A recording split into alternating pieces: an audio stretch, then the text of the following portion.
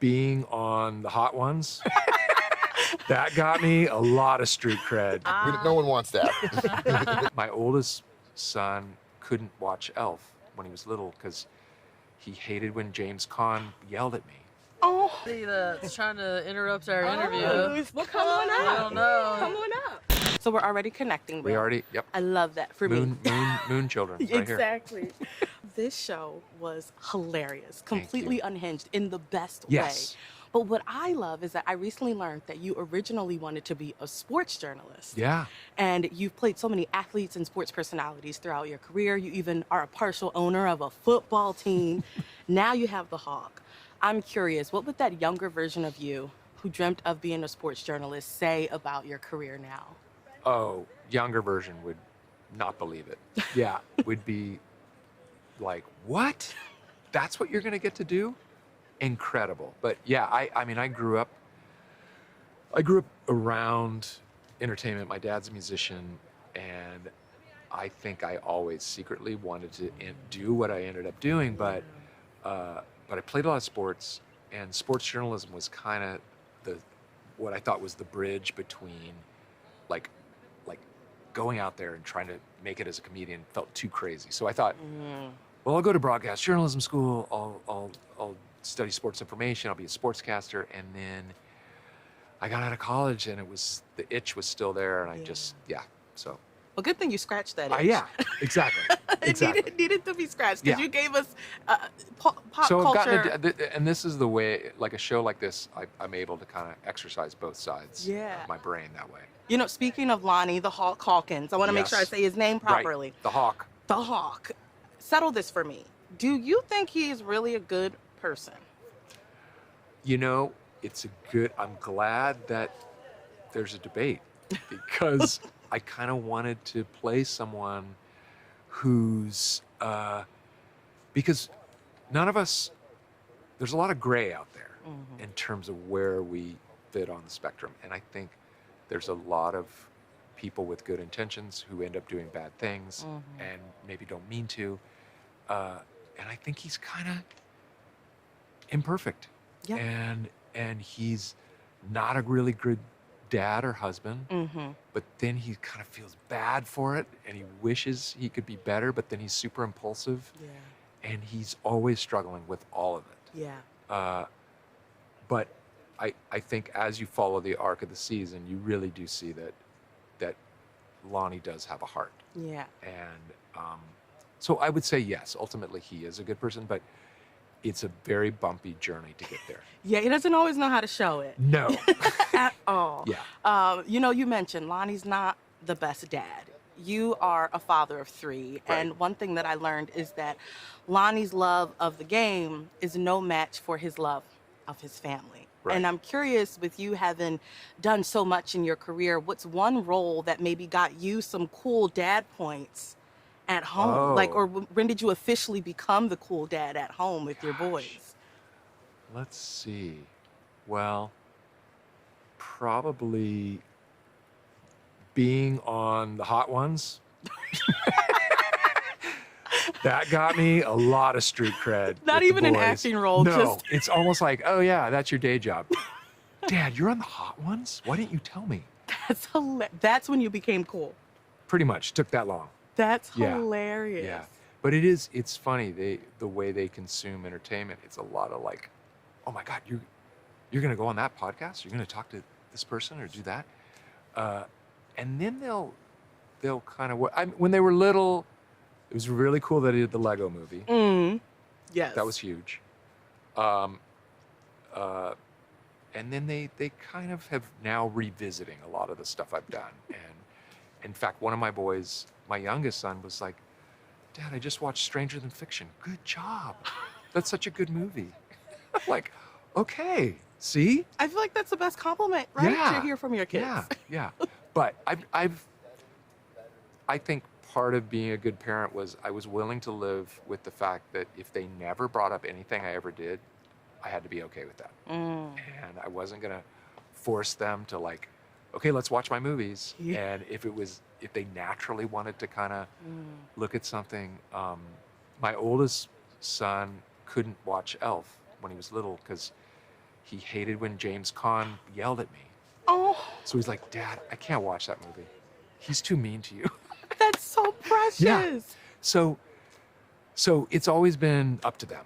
Yeah. Yeah. Have they seen this show yet? Not yet, Oh. but I'm excited for them. All right, Yeah. part two. Part two. Part two. Hello.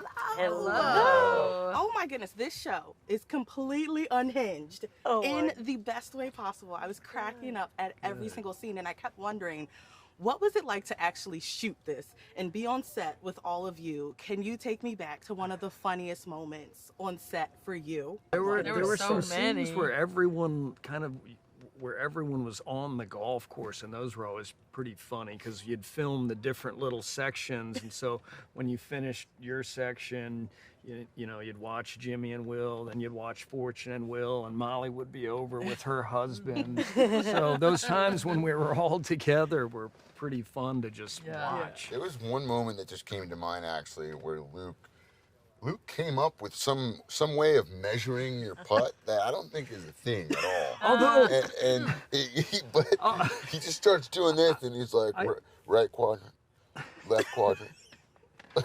I did just see during the women's U.S. Open, I saw a girl doing one I'd never seen before, where she had this hand like this and this hand like this, because there are these things that guys. There are a bunch of weird things guys do, like golf like that.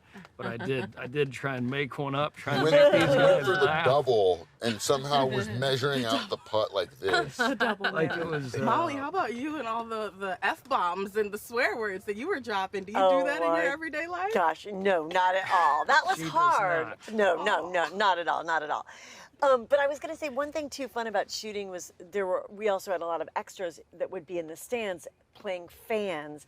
And I was with them because I'm watching my husband and son play, but you really get in the spirit. And so I would love watching the extras all day long, like, yes, And cheering. they really stayed in it. They We'd have these, really- you know, Yeah, long didn't they? They days.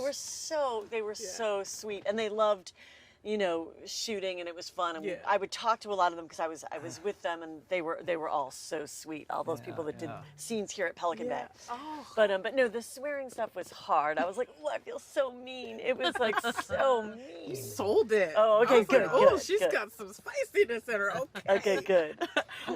Another thing, as chaotic as the Hawkins family was, there was a lot of love, but there were also a lot of life lessons. And I'm curious, are there any life lessons that either of you either instill in your own families or maybe took away from your families growing up that still sticks with you today? How about you, Fortune? I haven't heard from you. My mom used to say, I used to be a bit of a worrywart back in the day. I would always think about what could happen. Like, you know, I would start worrying. I would stay up at night, just my head would be spinning. And my mom would always say, don't borrow trouble. And that always that's stuck good to- with me of like, anytime my brain started to go in overdrive, I would just think, don't borrow trouble. Don't worry about stuff before it's even happened. You're just wasting a lot of time and energy on Put nothing. that on a t-shirt. Yeah. That's Yeah, good. exactly. That's good. My dad always said this thing where I grew up in Shaker Heights, which was a suburb. There were, you know, normal houses. Cleveland. We lived in a double house, and then there was a section across the tracks with big mansions. But my dad never felt jealous of that. He was like, oh, you never know what goes on in those big houses. So he was like, oh, he would really admire somebody if they did well and made a lot of money. But he always said the riches of life were just being able to go to a coffee shop. You only need one or two friends, and if you're able to go have a cup of coffee and really talk and feel understood, that is the richness of life. Yeah. That friendship connection. Isn't Yeah. that good advice? Yeah. Yeah. Yeah. Because what good is a big house if you're lonely? Yeah, he's like, that's Yeah. all that matters in life, really, that. I love So you don't need a lot of money. You just need a cup of coffee and talking and being understood. I love that. Yeah. I love that. Another thing I love is that each of your characters, we know every athlete has a walk-up song.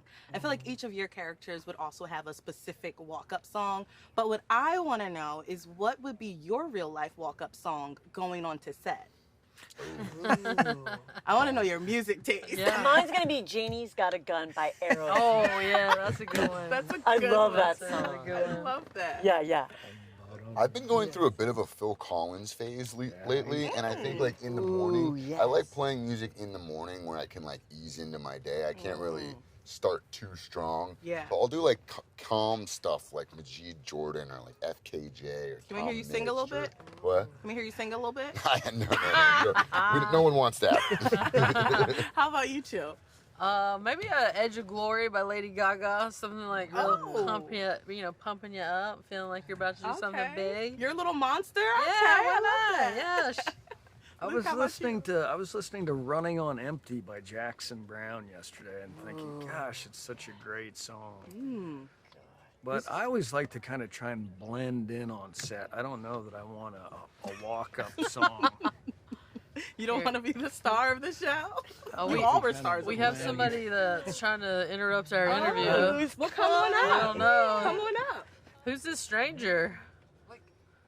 Well, we had a lovely conversation, but I'm stuck way over there. You've been pouring. Well, we've been having the best time. We've been. You guys were eating nachos. We were eating, and sliders as well. We have so many inside jokes now. I thought I looked over at one point and you were crying. I gotta water these plants. Were you having it was like a Barbara Walters moment. I looked over, you were just sobbing.